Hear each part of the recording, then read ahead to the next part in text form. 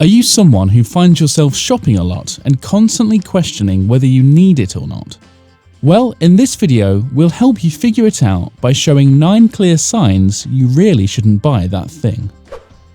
You already have a similar item. This may be a rather obvious sign, but it's one that's more overlooked than you might think.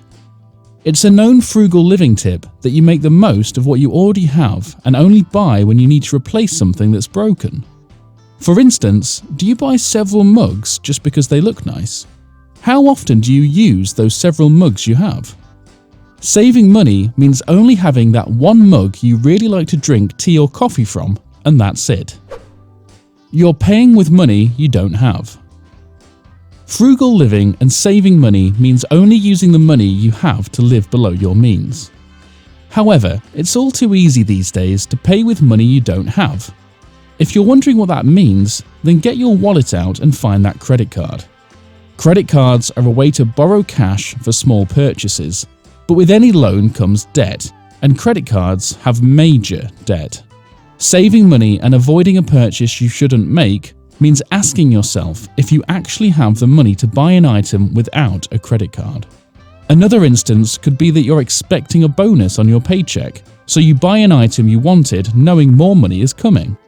However, you get into a car accident and have to pay for a pretty hefty repair. Unfortunately, since you weren't prepared for the emergency, you've put yourself in debt and set yourself back from saving money and being frugal. You're looking to be recognized. It's normal to want to be recognized and admired by people, but it can be a serious problem when you're looking to be admired for what you own. You can easily rack in large costs that go way beyond what you can afford, and that's not going to help you save money. Instead, go the frugal living route by looking to be recognized by your lifestyle and who you are as a person. It's uncomfortable.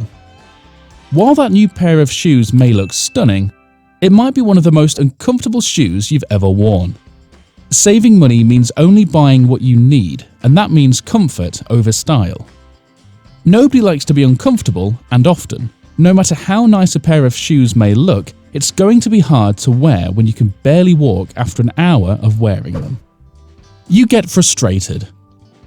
Have you ever gone shopping only to find that nothing is really catching your eye, and you buy something just for the sake of making your trip worth it? Unfortunately, buying out of frustration is a way to avoid saving money and is against the frugal living. A great frugal living tip to practice in the future is never to settle for an item unless it 100% meets your standard. If you can't find something, then it's best to leave empty-handed, but your wallet is full of money. You haven't updated your budget. When was the last time you updated your monthly budget? If you are updating it at least weekly, but preferably daily, then you're on track for saving money.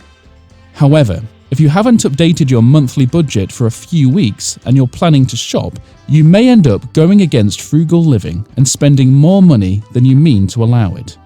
So, don't go buying an item unless you've followed this budget tip and know that you won't be stuck spending money instead of saving money.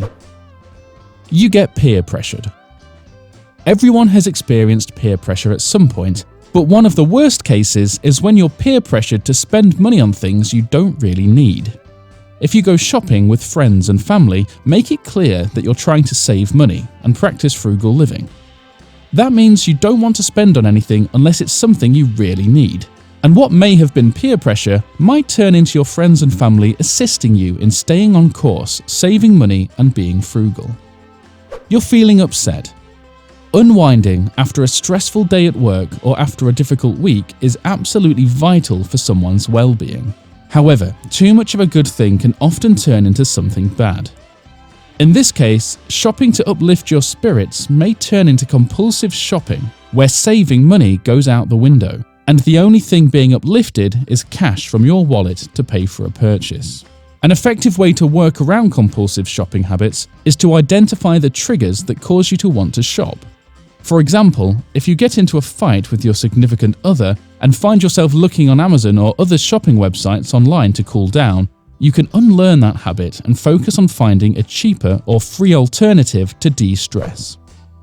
You want to impress people. A great question to ask yourself when thinking of buying something is, would you buy the item if nobody was ever going to see it? If you answer no, then it's likely you're only buying the item to impress people. These purchases definitely won't help in saving money and will likely make you spend a lot more than you'd like to. While it's not a bad thing to want to impress other people, especially those that you respect, always try to focus on impressing them through who you are as a person and not what you own. This will not only make you feel much more accomplished, but it'll help you continuously practice frugal living and make sure you're saving money.